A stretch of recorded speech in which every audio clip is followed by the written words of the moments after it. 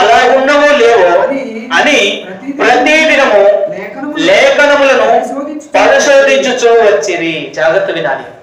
సమాజ మందిరానికి వెళ్ళే ప్రతి ఒక్కరూ మర్చిపోకూడని మొదటి మాట. ఏమి మాట?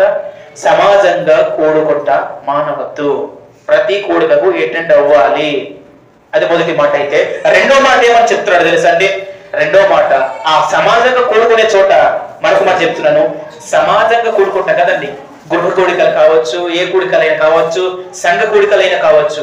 ఈ కూడికల్లో కూడుకున్నప్పుడు మనం ఏం చేయాలి? ప్రార్థన చెయ్యాలి. రెండవదిగా వాక్యాన్ని చెప్పుకోవాలి. మూడవదిగా ఆత్మీయ ఎదుగుదలకు సంబంధించిన విషయాలు ఏవైనా ఉంటే వాటిని డిస్కషన్ చేయాలి తెలిసిన వారితో. ఈ మూడు పనులు సమాజంగా మనం కూడున్న చోట మనం చేయాల్సిన పని. అది చర్చలో కావచ్చు, గృహ కూడికలు కావచ్చు, ఎక్కడైనా ప్రార్థన చేయాలి, వాక్యం వినాలి. మూడవదిగా ఆత్మీయంగా మనం ఎదగడానికి ఎలాంటి బాటలు వేస్తే బాగుంటాయో చర్చించుకోవాలి. ఈ మూడు పనులు సమాజంగా ఉన్నప్పుడు మర్చిపోకూడదు. మనం చేయాల్సిన పనులు ఇవి. రెండవదిగా ఏమని చెప్తున్నాడంటే వాక్యాన్ని పరిశీలన చెయ్యాలి. ఈ విషయాన్ని నేను చాలా రోజులుగా చెప్పాలని నాలో ఉంది, కానీ సమయం రాలేదు. ఈ రోజు వచ్చింది కాబట్టి మీకు చెప్తున్నాను. ఈ లోకంలో ఒక్కరు కాదు, ఇద్దరు కాదు, వందలాది మంది సేవకులు పుట్టుకొచ్చారు. అర్థమవుతుందా? అందులో మంచి సేవకులు ఉన్నారు, చెడ్డ సేవకులు కూడా ఉన్నారు. నిజాన్ని చెప్పే సేవకులు ఉన్నారు, అబద్ధాన్ని ప్రకటించి మోసం చేసే సేవకులు ఉన్నారు. కనుక ఈ బైబిల్ గ్రంథంలో చూడండి, పౌలు శీలలు అంటే చాలా పెద్ద బోధకులు. ఈ బోధకులట ఆ ఊరికి లేదా ఆ పట్టణానికి క్షమించండి వాక్యాన్ని చెప్పి వెళ్ళిపోయిన తర్వాతట ఈ స్త్రీలలో కొంతమంది ఏం చెప్తున్నారు చూడండి. ఏమని చెప్తున్నారు? వారి పేర్లు కూడా రాయబడ్డాయి చూడండి. ఏమని చెప్తున్నాడు అంటే, వీరు ఎదస్సులోనే ఉన్న వారందరికంటే గనులై ఉండేది. అంటే జాగ్రత్తలు పెట్టుకోండి. గనులు అని ఎవరినంటాం? గనులు అని ఎవరినంటాం? బాగా డబ్బు ఉన్న వారిని, ఆస్తి ఉన్నవారిని, అంతస్తులు ఉన్న వారిని గనులు అంటాం. అంత ఆస్తి పరులు, అంత డబ్బు పరులు, లేదా అంత గొప్ప స్థాయిలో ఉన్న వీరు చేస్తున్న పని ఏంటో తెలుసండి? ఆశ్చర్యపోయే సంగతి. ఒకసారి చూడండి. వీరు గనులై ఉండేరు కనుక ఆ శక్తితో వాక్యమును అంగీకరించి పౌలును శీలాయును చెప్పిన సంగతులేవో ఇలాగున్నాయో లేవోనని ప్రతి దినములో లేఖనాల్ని పరిశోధిస్తున్నారట. వాక్యం విన్న తర్వాత మనందరం చేయాల్సింది ఒకటే. నిజమే, పాస్టర్ గారు వాక్యమే చెప్పాడు, ఏది చెప్పాడు. నేను ఒకటే చెప్తున్నాను, ప్రతి సేవకుడు కావచ్చు, ప్రతి ఒక్కరు కావచ్చు ఈ గ్రంథాన్ని పట్టుకుంటారు. అవునా కదా? ఇదే గ్రంథాన్ని పట్టుకుంటారు, కాదనట్లేదు. కానీ ఈ గ్రంథంలో ఉన్న మాట ప్రతి ఒక్కరు వివరిస్తారు. కానీ అది ఎంతవరకు వాస్తవము అనేది పరిశీలన సంఘము చేయాలి. ఈ బెరయ సంఘము పరిశీలన చేసే సంఘం అంట. నేను నా జీవితంలో నేను అనుకుంటున్న నా విజన్ లో ఒక మాట ఏంటో తెలుసా? ఈ సంఘము కూడా బెరియా సంఘము వల్లే పరిశీలన వాక్య పరిశీలన చేసే సంఘంగా తీర్చబడాలి అనేది నా విజన్ అన్నమాట. ఈ సంఘం అనే కాదు, సార్వత్రిక సంఘంలో ప్రతి సంఘం కూడా ఆ వచనంతో వచ్చాం.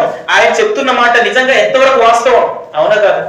చాలా జరుగుతాయి, చాలా బోధల్లో కూడా మోసపోవద్దు. ఇది ఎంతవరకు వాస్తవము? సేవకుడు చెప్తే ఎంతవరకు వాస్తవము? మిగతా ఉన్న ఆ ప్రజలందరూ చెప్పేది ఎంత వాస్తవము? వాక్యాన్ని అడగాలి, దేన్ని అడగకూడదు. ఇంకా వాక్యాన్ని ఇలా ఉందా లేదా, నిజంగానే ఇది వాస్తవానికి ఇది నిజమా కాదా తెలుసుకునే సంఘంగా ఉండాలి. మొదటిగా సహవాసంలో విడిచిపెట్టని సంఘంగా ఉండాలి. రెండోదిగా ఏమని చెప్తున్నాడంటే బెరయా సంఘము వలె వాక్య పరిశీలన చెయ్యాలి. ప్రతి స్త్రీ చేయాలి, ప్రతి పురుషుడు చేయాలి, ప్రతి యవనస్తుడు కూడా. ఇలా ఉందా లేదా, కరెక్టే చెప్తున్నాడా లేదా తిప్పి మప్పి చెప్పి మోసం చెప్తున్నాడా అనేది కూడా పసిగట్టే సంఘంగా ఉంటే, సాయంత్రం చెప్పాను కదా, వాడు ఎదుగుతున్న వ్యక్తి వాడు పరిశీలన చేసి ఇలా ఉంది, నువ్వు ఇలా చెప్తున్నావు అని చెప్పగలుగుతున్నాడు అంటే వాడు ఎదుగుతున్న వ్యక్తి. కాబట్టి నీ నా జీవితంలో మూడోది ఒక మాట చెప్పి నేను ముగించేస్తాను. మత్తయి సువార్త 18:20 ఒక్కసారి ఆ మాట చదివి సహకరించండి, సెలవు తీసుకుందాం. మత్తయి సువార్త 18:20 చూడండి. పేజ్ నెంబర్ 19 అందరు తీయండి. ఏలయనగా ఇద్దరు ముగ్గురు నా నామమున ఎక్కడ కూడి ఉందురో అక్కడ నేను వారి మధ్యను ఉందునని చెప్పాను. జాగ్రత్త వినాలి. చివరికి నేను ముగించేస్తాను. ఇంకా ఏమని చెప్తున్నాడంటే, ముందు నుంచి చూసుకొచ్చాం కదా, ఆలయాన్ని ఎవరు నిర్మించారు? దేవుడే నిర్మించారు. మళ్ళీ మొదటికి వస్తున్నాను, ముగించేస్తాను. ఇంకా ఆలయాన్ని నిర్మించింది ఎవరు? దేవుడే. ఆ ఆలయాన్ని ఎందుకు నిర్మించాడు? బలులు, నైవేద్యాలు ఇవన్నీ చేయడానికి దేవుడు నిర్మించాడు. ఇవన్నీ నిర్మించిన తర్వాత ఒక భక్తుడికి డౌట్ వచ్చిందంట. ఏ ఏ ఏ భక్తుడు? ఆయన పేరు సొలొమోన్ గారు. ఆ సొలొమోన్ గారికి ఏం డౌట్ వచ్చిందంటే, నేను కట్టే ఈ ఆలయము, ఈ మందిరము దేవుడికి పడతాదా అని అనుకున్నాడు. ఆయన దేనికోసం ఆలయం నిర్మించాడో అక్కడ స్పష్టంగా చెప్పి ఏమని చెప్తున్నాడు తెలుసా? ఇది ప్రార్థనా స్థలము, ఇది సంఘము కూడుకునే స్థలము, ఇది సంఘము వాక్యాన్ని పరిశీలన చేసే స్థలము, ఇది ప్రార్థన చేసే స్థలము అని స్పష్టంగా కొత్త నిబంధన, పాత నిబంధన కూడా స్పష్టంగా మనకు చెప్తుంది. ఈ ఆలయాన్ని అందుకొరకు మనం ఉపయోగించాలట. కనుక మరొక మాట ఏమని చెప్పుకొని వచ్చామంటే, సమాజ మందిరంలో మనం దేని కొరకు రావాలి? దేని కొరకు రావాలంట? ప్రార్థన చేయడానికి, పాటలు పాడడానికి, స్తుతి ఆరాధన చేయడానికి, వాక్యం వినడానికి, వాక్యం విన్న వాక్యాన్ని పరిశోధన చేయడానికి రావాలట. పరిశోధన చేయకపోతే జోసెఫ్ మోసే గారు అనేవారు, ఎక్కడ వేసిన గొంగలి అక్కడే అన్నట్టుగా వినేవారు వింటానే ఉంటాం, బోధిస్తున్నవాడు బోధిస్తానే ఉంటాడు. ఆయన తప్పు బోధిస్తున్నా సరే కొడతాం, కరెక్ట్ బోధిస్తున్నా కాదంటాం. అలా అవ్వకూడదంటే పరిశీలన చేయాలని చెప్తూ చివరిగా నేను చెప్పే ముందు ఈ మాట ఒకటే, హస్తకృత ఆలయాల్లో దేవుడు ఉండడు కదా అని చాలా మందికి డౌట్ వస్తుంది. ఆయన ఉండడు, ఆయన కూర్చోడు, మళ్ళీ వచ్చేస్తున్నాను. కానీ ఆయన ఉనికి ఉంటుంది, ఆయన మహిమ ఉంటుంది.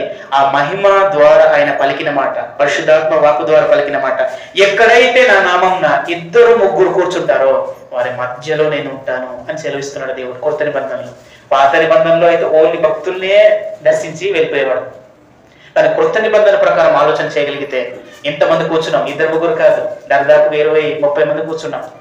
ఇలాంటి మధ్యలో కూడా దేవుడు ఉంటాడా? ఖచ్చితంగా ఉంటాడు. ఈ లేఖనాన్ని బట్టి ఆలోచన చేయగలిగితే. కనుక ఎవరు అశ్రద్ధ చేసుకోవద్దు దేవుని సన్నిధానంలో. ఎవరు కూడా ఆ దేవుని సన్నిధానంలో మరి ఏ విధంగా పడితే ఆ విధంగా ప్రవర్తించకూడదు. దేవుని సన్నిధానానికి వచ్చినప్పుడు మనం జాగ్రత్త కలిగిన ప్రవర్తన కలిగి ఉండాలి. కాబట్టి మన మధ్య ఉన్నాడు దేవుడు, మన మధ్య దేవుడే కార్యాలు చేస్తాడు. కాబట్టి ఈ మందిరం చుట్టూ మనకి ఏం కనిపించదు, మనం మొక్కలు చేసుకుంటున్నాం. కానీ ఆయన తేజస్సు, ఆయన మహిమ ఇక్కడ నిలబడి ఉంటుంది. నేను ఇంతగా ఈ వాక్యం చెప్పగలుగుతున్నాను, లేదా మీరు అంతగా అలా స్తుతి ఆరాధన చేయగలుగుతున్నారంటే మన గొప్పతనాలు కావు, దేవుడు మనకిచ్చిన వరాల ద్వారా మనం వాడబడుతున్నాం. అంటే ఆయన మహిమ ప్రత్యక్షంగా కనబడుతుంది మన ద్వారా. కనుక ఆయన మన మధ్య ఉన్నాడని నమ్మండి, ఆయన మన మధ్య గొప్ప కార్యాలు చేయబోతున్నాడని విశ్వసించండి. కాబట్టి నా జీవితంలో ఇక్కడ కూడా ఏమని చెప్తున్నాడంటే, దేవుని ఉనికి ఉంటుంది. పాత నిబంధనలో కూడా దేవుడు కనబడకపోయినా ఇండైరెక్ట్ గా ఆయన తన క్రియల ద్వారా కనబడతాడట. కాబట్టి ఆయన మన మధ్య ఉన్నాడని తెలుసుకున్నాం మనము కదా, ఉన్నాడని తెలుసు కదా. అలా ఉన్నామని తెలిసిన ఆయన దగ్గర మనం ఎలా ప్రవర్తించాలి? అలా దేవుడు మన మధ్య ఉన్నాడు అన్నప్పుడు మనం ఎలా ప్రార్థన చేయాలి? దేవుడు మన మధ్య ఉన్నప్పుడు మనం ఎలా ఆరాధన చేయాలి, లేదా ఎలా ప్రవర్తించాలో వచ్చే వారం ఖచ్చితంగా విందాం. దేవుని యొక్క ఆశీర్వాదాలు, దేవుని యొక్క కృప మనందరి కుటుంబాలకు దేవుడు దయచేయను గాక. ఆమేన్.